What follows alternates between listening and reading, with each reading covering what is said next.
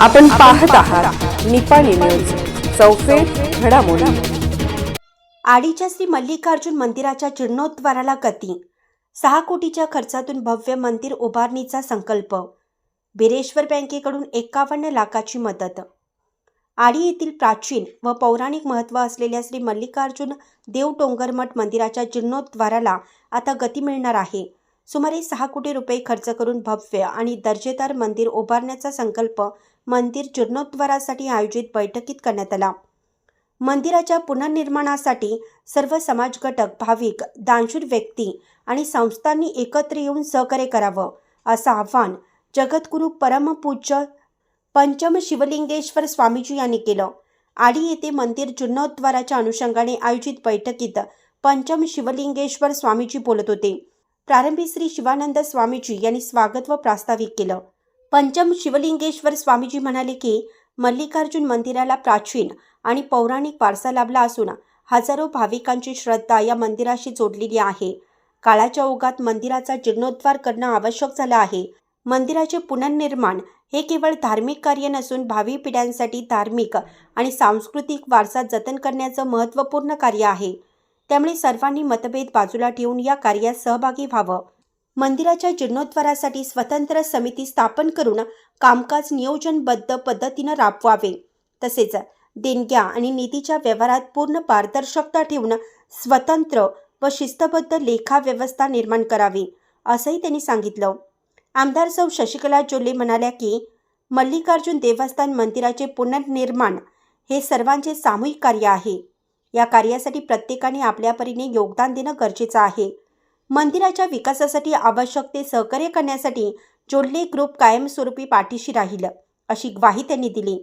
माजी खासदार तथा BDCC बँकेचे अध्यक्ष अण्णासाहेब जोल्ले यांनी मंदिराच्या जीर्णोद्धारासाठी बिरेश्वर बँकेच्या माध्यमातून 51 लाख रुपयांचा निधी देण्यात येणार असल्याचं जाहीर केलं। भविष्यात हे मंदिर आकर्षक, धार्मिक आणि पर्यटन स्थळ म्हणून विकसित व्हावं, यासाठी प्रयत्न करण्याची गरज असल्याचं त्यांनी सांगितलं। माजी विधान परिषद सदस्य महंतेश कवटगीमठ म्हणाले की मंदिराच्या पुनर्निर्माणासाठी प्रत्येकाने आपल्या परीने योगदान द्यावे। चिकोडी लोकसभा मतदारसंघाच्या माध्यमातून या जीर्णोद्धार कार्यासाठी सर्वतोपरी सहकार्य करण्यात येईल। जात, पक्ष आणि राजकारण बाजूला ठेवून सर्वांनी एकत्र येऊन मंदिर उभारणीचं कार्य पूर्ण करावं, असं आवाहन त्यांनी केलं। भाविकांसाठी विविध सुविधांचे नियोजन। बैठकीत मंदिराची रचना, बांधकामाचा दर्जा, निधी संकलन, आर्थिक व्यवहारातील पारदर्शकता तसेच मंदिर परिसराच्या भविष्यातील विकासाबाबत सविस्तर चर्चा करण्यात आली। वाढत्या भाविकांची संख्या लक्षात घेऊन पार्किंग, स्वच्छता, पाणी, निवास व्यवस्था आणि इतर आवश्यक सुविधांचे नियोजन करण्यावरही भर देण्यात आला। यावेळी माजी जिल्हा पंचायत सदस्य पंकज पाटील, श्री हालसिद्धनाथचे माजी chairman Chandrakant Kotiwale, advocate Ajay Shintre, Malgonda Patil, advocate Ravindra Patil आदींनी मनोगत व्यक्त केलं। बैठकीस हाल शुगरचे माजी अध्यक्ष MP पाटील, संचालक आप्पासाहेब जोल्ले, विश्वनाथ कमते, पप्पू पाटील, सुनील पाटील, वीरेंद्र तारळे, रवींद्र शेट्टी, रामगोंडा पाटील, अविनाश पाटील, समित सासने, विनायक पाटील, रमेश पाटील, रामगोंडा चौगुले, मारुती हवालदार, बबन हवालदार, रघुनाथ चौगुले, लक्ष्मी खोत यांच्यासह परिसरातील मान्यवर, भाविक, ग्रामस्थ, विविध संस्थांचे पदाधिकारी व नागरिक मोठ्या संख्येने उपस्थित होते।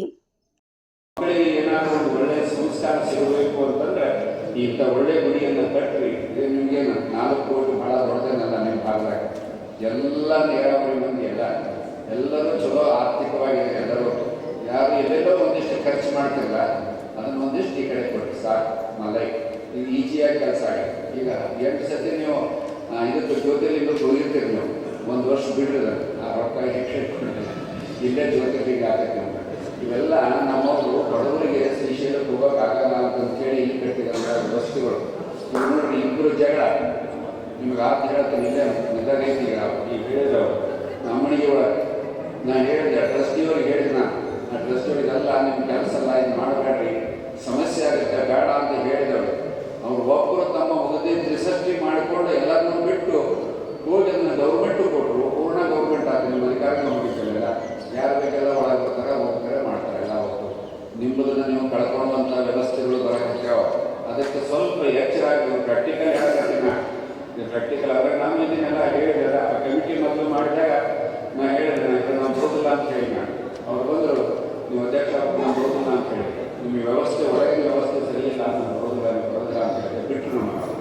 ಕೊನೆಗೆ ನಮ್ಮನ್ನು ತಗೊಂಡು ಮತ್ತೆ ನಮ್ಗೆ ಮೋಸ ಮಾಡಿದ್ರು ಅಂತ. ಇವು ನಮ್ಮಲ್ಲಿ ಆಗ್ತಿರ್ತಕ್ಕಂಥ ವ್ಯವಸ್ಥೆಯನ್ನು ಮಾಡಬೇಡಿ. ಒಂದು ಒಳ್ಳೆ ಪವಿತ್ರವಾದ ಸ್ಥಾನ, ಆ ಪವಿತ್ರವಾದ ಸ್ಥಾನ ಬೆಳೆಸಿದ್ರೆ ನಮ್ಮದೇ ಹೆಸರು ಬರ್ತದೆ, ಮತ್ತೊಬ್ಬರಿಗೆ ಹೆಸರು ಬರುವುದಿಲ್ಲ. ಅದಕ್ಕೋಸ್ಕರವಾಗಿ ಇಲ್ಲ ಆ ರೀತಿ ಆಗಲಾರ್ದಂಗೆ ಈಗಾಗಲೇ ಎಲ್ಲರೂ ಕೂಡ ಎಲ್ಲ ಹಿರಿಯರು ರೆಡಿ ಇದ್ದಾರೆ.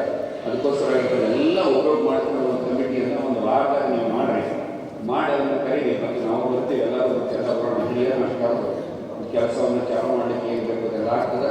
ಈ 4 ಕೋಟಿ ನಿಮಗೆ ಏನು ದೊಡ್ಡದೇನಲ್ಲ, ಭಾಳ ನಮ್ಮ ಭಾರತದ ಜನತೆಗೆ ಅಂತ ದೊಡ್ಡದಿರಲ್ಲ. ಎಲ್ಲರೂ ಒಂದಿಷ್ಟು ಮನಸ್ಸು ಮಾಡಿದ್ರೆ ಈಗ 1 ಲಕ್ಷ ರೂಪಾಯಿ ಕೊಡ್ರಿ, ಮುಂದೊಂದು 1 ಲಕ್ಷ ರೂಪಾಯಿ ಕೊಡ್ರಿ, ಈ ಕ್ಲಿಪ್ ಆದ್ಮೇಲೆ 1 ಲಕ್ಷ ರೂಪಾಯಿ ಕೊಡ್ರಿ, ಕಳಶ ಆದ್ಮೇಲೆ 1 ಲಕ್ಷ ರೂಪಾಯಿ ಕೊಡ್ರಿ. ಒಮ್ಮೆ ಕೊಡಬೇಡಿ, ನಮ್ಮದು ಒಮ್ಮೆ ಕೊಟ್ಟರೆ ನಿಮಗೂ ತ್ರಾಸ ಆಗುತ್ತೆ. ಅಷ್ಟೇ ಕೊಟ್ಕೊಂಡ್ರೆ ನಿಮಗೂ ಕೊಟ್ಟಂಗೆ ಆಗುತ್ತೆ. ಕೊಟ್ಟದ್ದು ನಮ್ಮ ಮನೆಗೆ ಕೊಡಲ್ಲ, ಎಲ್ಲಿ ಕೊಡ್ತೀರಿ? ಎಲ್ಲಿ ಕೊಡ್ತೀರಿ? ಗುರಿಗೆ ಕೊಟ್ಟಿರ್ತೀರಿ. ಅಲ್ಲಿ ಬಂದು ಕುತ್ಕೊಂಡವರು ನೀವೇ, ನಿಮ್ಮ ಮಕ್ಕಳೇ ಮೊಮ್ಮಕ್ಕಳೇ ಆನಂದ ಪಡ್ತಾರೆ. ನಮ್ಮ ಅಪ್ಪ ಎಲ್ಲ ಸಾಕಾರ ಮಾಡಿಕೊಟ್ಟು ಮಾರಾಯ, ನಾವೊಂದಿಷ್ಟು ಏನಾರ ಕೊಡೋಣ. ಒಂದೊಂದೇ ಇಂಥ ಒಂದೊಂದೇ ಗುಡಿಗಳನ್ನು ಕಟ್ಟಿಸ್ತಾ ಹೋದಾಗ, ಇದೇ ಗುಡಿನೇ ನೋಡ್ತಿಲ್ಲ, ಒಬ್ಬರೇ ಕಟ್ಟಿಸ್ತಾ ಹೋದಾಗ ಮೈಸೂರು ಕಡೆಗೆಲ್ಲ ಮನೆ ನಿಮಗೆಲ್ಲ ಗೊತ್ತಿರಬೇಕು. VLR ಕಂಪನಿಯವರು ಒಂದು ಕಟ್ಟಿದ್ರು, ಒಂದು ಗುಡಿನ ಕಟ್ಟಿದ್ರಲ್ಲ, ಎಲ್ಲ ದೊಡ್ಡದು ಎಲ್ಲ ಕಟ್ಟಿ ಸುಮಾರು ಒಂದು 25-30 ಲಕ್ಷ 50-60 ಲಕ್ಷ ರೂಪಾಯಿ ಕೋಟಿ ಆಗಿರ್ಬೇಕು. ಅವೆಲ್ಲ ಆ ಕೋಟಿ ಒಂದು 11-12 ಕೋಟಿ ಆಗುತ್ತೆ. ಅದನ್ನು ಕಟ್ಟಿಸಿ ಪೂರ್ಣ ಅದನ್ನು ಪೂಜೆ ಗೀಜೆ ಎಲ್ಲ ಮಾಡಿಸಿ ಶೃಂಗೇರಿ ಮಠಕ್ಕೆ ದಾನ ಕೊಡ್ತಾರೆ. ಶೃಂಗೇರಿ ಮಠದವ್ರಿಗೆ ಮಾಡ್ತಾರೆ. ನ್ಯಾಷನಲ್ ಹೈವೇಗೆ ಹೋಗ್ಬೇಕಾದ್ರೆ, ಬೆಂಗಳೂರಿಗೆ ಹೋಗ್ಬೇಕಾದ್ರೆ ಎಡಕ್ಕೆ ಬರ್ತಾರೆ, ಹೊಲಕ್ಕೆ ಬರ್ತಾರೆ, ನೋಡ್ಕೊಂಡು ಹೋಗಿರ್ಬೇಕಾದ್ರೆ ಒಬ್ಬರೇ ಕಟ್ಟಾಡೋ. ಹಿಂಗೆ ನಮ್ಮಲ್ಲಿ ಕಟ್ಟುವಂಥ ಜನ ನೀವು ಇದ್ದಿದ್ದಿಲ್ಲ, ನಿಮ್ಮಲ್ಲಿ ಕೊಡುವಂಥ ಭಾವನೆಗಳಿಲ್ಲ. ಅದಕ್ಕೆ ಎಲ್ಲರೂ ಸ್ವಲ್ಪ ದೊಡ್ಡ ಮನಸ್ಸು ಮಾಡಿ ಅದನ್ನು ಕೊಟ್ಟು ಈ ಒಂದು ಕಾರ್ಯವನ್ನು ಸುಮಾರು 2-3 ವರ್ಷ ಹಿಡಿತೈತೆ. ನೀವು ಅದಕ್ಕೆ ಕರೆಕ್ಟ್ ರೊಕ್ಕ ಕೊಟ್ರಿ ಅಂದರೆ, ಅವರಿಗೆ ಡಿಸೈನ್ ಮಾಡಿ ಎಲ್ಲ ಮಾಡಿ ಫೈನಲ್ ಮಾಡಿ ಕೊಟ್ರಿ ಅಂದರೆ 1 ವರ್ಷದ ಕಟ್ತಾರೆ. ಯಾಕಂದರೆ ಎಲ್ಲ ಮಿಷನ್ ಅದಾವ. ನಾನು ಕಟ್ಸೀನಿ, ಮನೆ ಸಂಕೇಶ್ವರ ಒಂದು ಸಣ್ಣದೊಂದು ಮಠ ಕಟ್ಸೀನಿ 25 ಲಕ್ಷ ರೂಪಾಯಿನಾಗ. ಬರೀ 3 ತಿಂಗಳ ಕಟ್ಟಿದ್ದಾರೆ. ಅವನು ಹೇಳಿದೆ, ನೀವು ಪಾಯ ಹಾಕಿ ಕೊಟ್ಟು ಬಿಡ್ರಿ ನಮ್ಗೆ. ನಾನು ಹೇಳಿದಂಗೆ ನೀವು ಪಾಯ ಹಾಕಿ ಕೊಡ್ರಿ, ನಾನು ಹೇಳಿದಂಗೆ ಪಾಯ ಹಾಕಿ ಕೊಟ್ಟೆ 3 ತಿಂಗಳ ಅದು ರೆಡಿ ಆಗ್ತಿಲ್ಲ. ಒಟ್ಟು ನಾವೇನು ಆರ್ಡರ್ ಕೊಟ್ಟು ಹೋಗಿ ಅವ್ರಿಗೆ 5 ಲಕ್ಷ ರೂಪಾಯಿ ಮತ್ತು ಮುಂಗಡ ಕೊಟ್ಟು ಕೆಲಸನೇ ಚಾಲು ಮಾಡಿದಾವೆ. ಕಲ್ತಂದು ಕೆಲಸ ಎಲ್ಲ ಮಿಷನ್ ಕೆಲಸ. ಇದು ಸ್ವಲ್ಪ ಕೆಲಸ ಕೈ ಕೆಲಸದ ಕರ್ವಿಂಗ್ ಎಲ್ಲ ಒಟ್ಟು ಲೇಟ್ ಆಗುತ್ತೆ. ಇದೆಲ್ಲ ಸ್ವಲ್ಪ ಮಾಡಿಫಿಕೇಶನ್ ಮಾಡ್ಕೊಳ್ಳಿಕ್ಕೆ ಬರ್ತದೆ. ಹೀಗೆ ಪ್ರಗತಿ ಅಷ್ಟು ಫಾಸ್ಟಾಗಿ ಕಟ್ಟುವಂಥ ಸಾಕಷ್ಟು ಅನುಕೂಲತೆಗಳು ಬಂದಾವೆ. ಅದೆಲ್ಲ ಬಂದಿರತಕ್ಕಂಥ ಟೈಮನ್ನು ತಾವೆಲ್ಲ ಉಪಯೋಗ ಮಾಡಿಕೊಂಡು ಅಮ್ಮರು ಹೇಳಿದಂಗೆ, ಅವರು ಹೇಳಿದಂಗೆ, ನಮ್ಮ ಗೊತ್ತಿಮರು ಹೇಳಿದಂಗೆ, ಅಣ್ಣವ್ರು ಹೇಳಿದಂಗೆ, ಅಪ್ಪು ಹೇಳಿದಂಗೆ, ಅವರು ಹೇಳೋದು ಯಾವ ಸ್ವಾಮಿಗಳು ಹೇಳೋದು ಟ್ರಸ್ಟಿಯೊಳಗೆ ಏನೈತಿ ನೀವು ಮಾಡಿರಿ, ನೀವು ಇಷ್ಟು ಮಂದಿ ಕೂಡ ಮಾಡಿರಿ ಅಂತ ಯಾವ ಸ್ವಾಮಿಗಳು ನೋಡೋದಿರಲಿ ಅಂತ ಅವರೆಲ್ಲ ಮಾಡಿಬಿಟ್ರಿ, ಶುರುವಾಯಿತು, ಒಳ್ಳೆ ಕೆಲಸ ಆಯಿತು ಮಾಡಿ ಅಂತ. ಈಗ ಜವಾಬ್ದಾರಿ ನಿಮ್ಮದೈತಿ. ಅದನ್ನು 10 ಮಂದಿ ಏನಾದ್ರೆ 10 ಯಾವ್ದಾವ ಎಲ್ಲ ಕುತ್ಕೊಂಡ್ರಿ, ಎಲ್ಲ ಬೇರೆ ಬೇರೆ ಉಳಿದ್ರು ಬೇಕಾದ್ರೆ ತೊಗೊಂಡು ಅದನ್ನು ವ್ಯವಸ್ಥಿತವಾಗಿ ಮಾಡಿ ಒಂದು ವಾರದಾಗ ಮಾಡ್ತಕ್ಕಂಥ ಕೆಲಸ ಮಾಡ್ರಿ ಅಂತ ಹೇಳ್ತಾರೆ. ನಿಮ್ಮೆಲ್ಲರಿಗೂ ದೇವರು ಮಲ್ಲಿಕಾರ್ಜುನ ತುಂಬ ಶಕ್ತಿಯನ್ನು ಕೊಟ್ಟರು ಶಕ್ತಿಯನ್ನು ನಾವೆಲ್ಲ ಬಳಸೋಣ ಅಂತ ಹೇಳ್ತಾ 2 ಮಾತುಗಳಿಗೆ ಹಾಕ್ಕೊಡ್ತಾರೆ. ಯೋಗ ಬರಬೇಕು ಅಂತ ಹೇಳಿ, ಯಾವುದೋ ಒಂದು ಕೆಲಸ ಮಾಡಬೇಕಾದ್ರೆ ಅದಕ್ಕೊಂದು ಒಳ್ಳೆ ಯೋಗ ಬರಬೇಕು, ಟೈಮ್ ಬರಬೇಕು, ಅಂದ್ರೆ ಎಲ್ಲರ ಪ್ರಯತ್ನ ಮತ್ತು ಆ ಭಗವಂತನ ಇಚ್ಛೆ ಪ್ರಕಾರ ಆ ಕಾರ್ಯ ಆಗ್ತದೆ ಅಂತಕ್ಕಂಥ ಒಂದು ಮನೆ ಕಟ್ಟೋ ಗಡಿಗೆ, ಉಲ್ಟಾ ಗಡಿಗೆ ಹಾಕುವಂಥ ಒಂದು ಉದಾಹರಣೆಯನ್ನು ಭಾಳ ಚೆನ್ನಾಗಿ ಹೇಳಿದೆ. ಹಂಗೆ ಅಡಿ ಮಲ್ಲಯ್ಯ, ಇದು ಮಲ್ಲಿಕಾರ್ಜುನ, ಯಾಕಂದ್ರೆ ಶ್ರೀಶೈಲ ಮಲ್ಲಿಕಾರ್ಜುನನ ಪ್ರತಿರೂಪ ಯಾಕೆ ಇದಾಯಿತು ಅನ್ನುವಂಥ ಹಿನ್ನೆಲೆ ಕೂಡ ಅವರು ಹೇಳಿದರು. ಸುಮಾರು ವರ್ಷಗಳಿಂದ ಅಡಿ ಮಲ್ಲಯ್ಯನ ಗುಡ್ಡ ಭಾಳಷ್ಟು ಪ್ರಸಿದ್ಧಿ ಆಗಿದೆ. ಮತ್ತು ಇಲ್ಲೂ ಕೂಡ ನಾನು ಮಾತಾಡ್ಕೊಂಡು ಕೂತಾಗ ಭಾಳಷ್ಟು ಚರ್ಚೆ ಆಯಿತು. ಈ ಗುಡ್ಡದ ಮೇಲೆ ಲೈಟ್ ಬರಬೇಕಾಗಿತ್ತು ಅಂದ್ರೆ, ಮತ್ತು ಲೈಟ್ ಬರಬೇಕಂದ್ರೆ ವೀರ್ ಕುಮಾರಣ್ಣ ಪಾಟೀಲ್ ಅವರು ಅವತ್ತು MLC ಇದ್ರು, ಮಿನಿಸ್ಟರ್ ಇದ್ರು, ಅವರ ಒಂದು ಸಹಕಾರದಿಂದ ಆಯಿತು ಅನ್ನುವಂಥದ್ದು. ಆ ಲೈಟ್ ಬರಬೇಕಾದ್ರೂ ಈ ಸುತ್ತಮುತ್ತಲಿನ ಗ್ರಾಮದವರು ಎಲ್ಲರೂ ಪೈರಿ ಮೇಲೆ ಹತ್ಕೊಂಡು ಕಂಬ ತಂದಾರ ಅಂತಕ್ಕಂಥ ಇತಿಹಾಸ ನೋಡಿದ್ವಿ. ಆಮೇಲೆ 2 ರೂಮ್ಗಳನ್ನು ಕಟ್ಟಿದ್ರು ಅಂತಕ್ಕಂಥದ್ದನ್ನ ನೋಡಿದ್ವಿ. ಅಂದ್ರೆ ಕಾಲಕ್ಕೆ ಹೆಂಗೆ ಆಗ್ತೈತೆ ಆ ಪ್ರಕಾರ ಅಲ್ಲಿ ಸೇವಾಗಳು ಆಗ್ತಿರ್ತಾವೆ. ಈಗ ಮಲ್ಲಯ್ಯನ ಆಶೀರ್ವಾದ, ನಿಮ್ಮೆಲ್ಲರ ಆಶೀರ್ವಾದದಿಂದ ನಾನು MLA ಆದಮೇಲೆ ಹೂವಿನ ಮಕ್ಕಳಿಗೆ ಸಹಾಯ ಸಹಕಾರ ಮಾಡುವಂಥದ್ದನ್ನ ಎಲ್ಲರೂ ಕೂಡ ಮಾಡ್ತಾ ಇದ್ರು. ಆದ್ರೆ ಇವತ್ತು ಒಂದು ಕನಸನ್ನ ಇಟ್ಕೊಂಡು ಮಲ್ಲಯ್ಯಗೆ ಶ್ರಾವಣ ಮಾಸದೊಳಗೆ ಇಷ್ಟು ಜನ ಬರ್ತಾರಲ್ಲ, ಆ ಗುಡಿ ನೋಡಿದ್ರೆ ಅನಿಸ್ತತಿ ಇದು ನಾವು ಏನಾದ್ರು ಸುಧಾರಣೆ ಮಾಡಬೇಕು ಅಂತ ಹೇಳ. ಪರಿಸರ ಎಲ್ಲ ಸುಧಾರಣೆ ಆಯಿತು, ಆದ್ರೆ ಮಲ್ಲಯ್ಯನ ಗುಡಿ ಸುಧಾರಣೆ ಆಗಲಿಲ್ಲ ಅಂತಕ್ಕಂಥ ಒಂದು ಕಳಕಳಿ ಅವರಲ್ಲಿ ಇತ್ತು. ಅದ್ರ ನಂತರ ಯಾವ ಥರ ಕಟ್ಟಬೇಕು, ಕಲ್ಲಿನಿಂದ ಕಟ್ಟಬೇಕು, ಈ ಭಾಗದಲ್ಲಿ ಒಂದು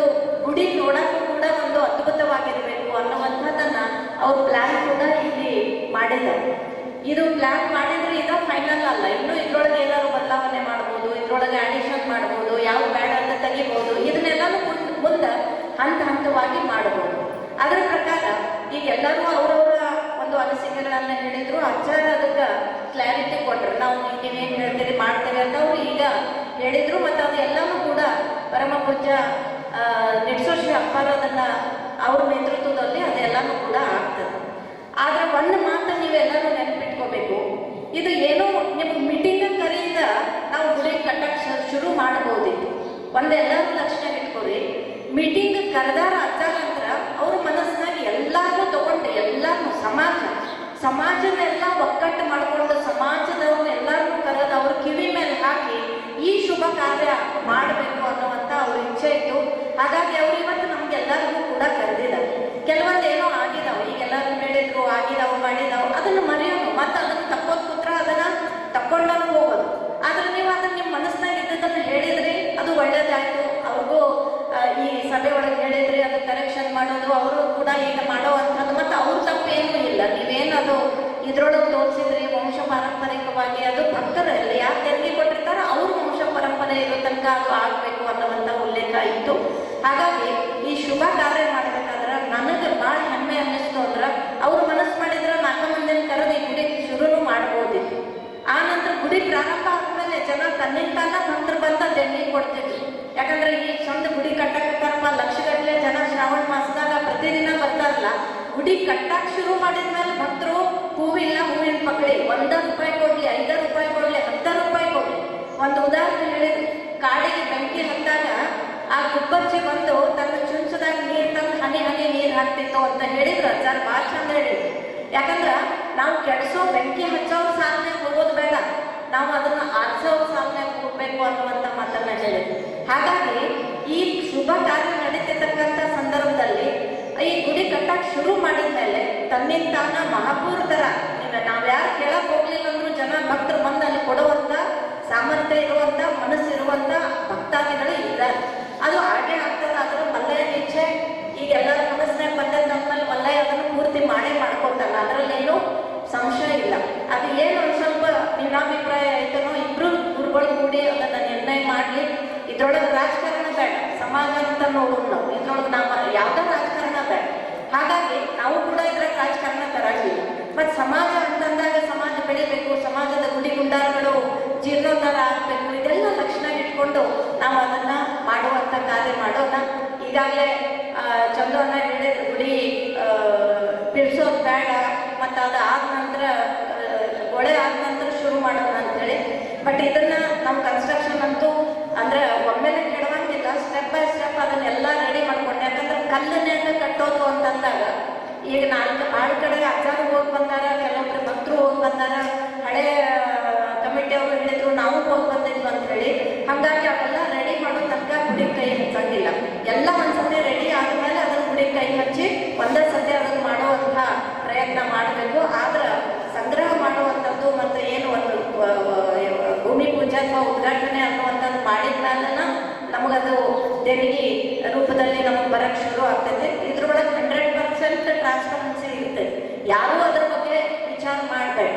ಯಾಕಂದ್ರೆ ಇಬ್ರು ಗುರುಗಳಿದ್ದಾಗ, ನಿಡ್ಸೋಶ್ರೀ ಗುರುಗಳಿದ್ದಾಗಂತೂ ಇದರಲ್ಲಿ ಯಾವುದೇ ರೀತಿ ಯಾವುದೂ ಕೂಡ ಆಗಂಗಿಲ್ಲ. ಇದ್ರೊಳಗೆ ಟ್ರಾನ್ಸ್ಪರೆನ್ಸಿ ಇದ್ದೇ ಇರ್ತೈತಿ. ಎಲ್ಲರೂ ಸೇರ್ಕೊಂಡು ಮಾಡಬೇಕು. ಹನಿ ಕೂಡಿದ್ರೆ ಹಳ್ಳ ಅಂತಾರ, ತೆನಿ ಕೂಡಿದ್ರೆ ರಾಶಿ ಅಂತಾರ. ಹಂಗೆ ನಾವು ಸಮಾಜದವ್ರು ಎಲ್ಲರೂ ಕೂಡಿ ಇದಕ್ಕೆ ಕೈ ಮುಚ್ಚಿದಾಗನ ಇದು ಒಂದು ಒಳ್ಳೆ ರೀತಿಯಿಂದ ಬರ್ತಕ್ಕಂಥ ನಿರ್ಮಾಣಗಳಲ್ಲಿ ಇದು ಕೂಡ ಒಂದು ಒಳ್ಳೆ ಸ್ಥಾನ ಈಗಾಗಲೇ ಐತಿ, ಅದು ಕೂಡ ಆಗ್ತೈತೆ. ಹಾಗಾಗಿ ಈಗಾಗಲೇ ಜೊಲ್ಲೆ ಗ್ರೂಪ್ನಿಂದ ಅಣ್ಣ ಸಾಹೇಬ್ರ 51 ಲಕ್ಷ ಅವರೇನು ಅನೌನ್ಸ್ ಮಾಡಿದ್ದಾರೆ, ಅಷ್ಟ ಅಂತ ತಿಳ್ಕೊಬೇಡಿ.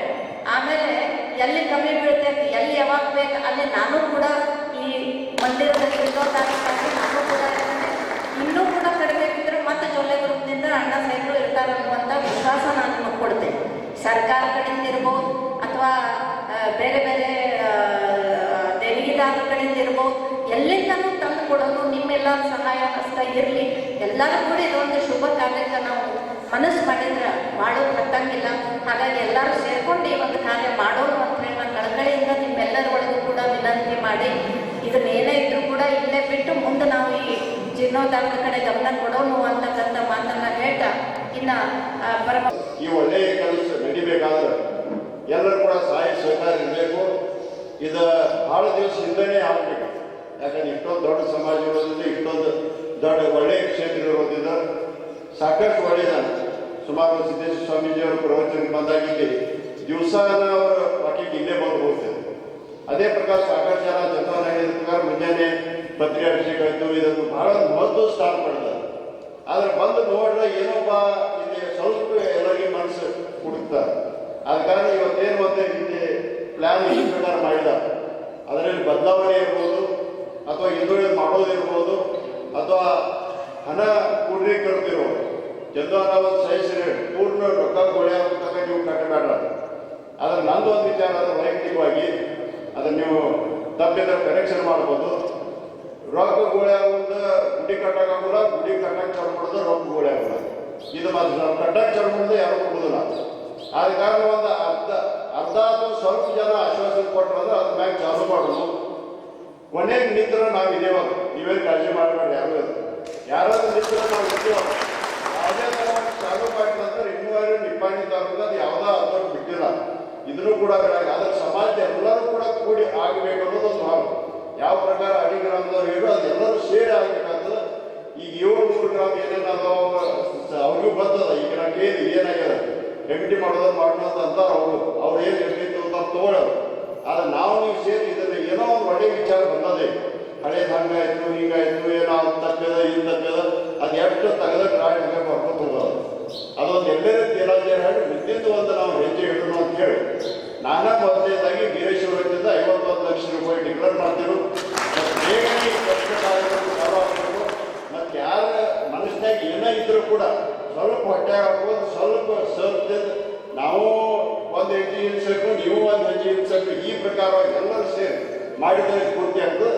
ಅದನ್ನು ಮತ್ತೊಮ್ಮೆ ವಿನಂತಿ ಮಾಡಿ ಇವತ್ತೇನಾದರೂ ನಿರ್ಣಯ ಗೊತ್ತಾರೆ ಎಲ್ಲರಿಗೂ ಬದ್ಧ ಕೆಲಸವನ್ನ ನಾನು ನೇತೃತ್ವದಲ್ಲಿ ನಾನು ಮಾಡ್ತೀನಿ ಅಂತೇಳಿ ಈ ಸಂದರ್ಭದಲ್ಲಿ ಕೇಳಿ ಒಂದು ಮಾತು ಹೇಳ್ತೇನೆ. ಇವತ್ತು ನಮ್ಮ ಊರಾಗ ಅಂಬೇಡ್ಕರ್ ಸ್ಟ್ಯಾಚ್ಯೂ ಮಾಡಿದ್ರು ನಮ್ಮ ತಂದೆಯವರು.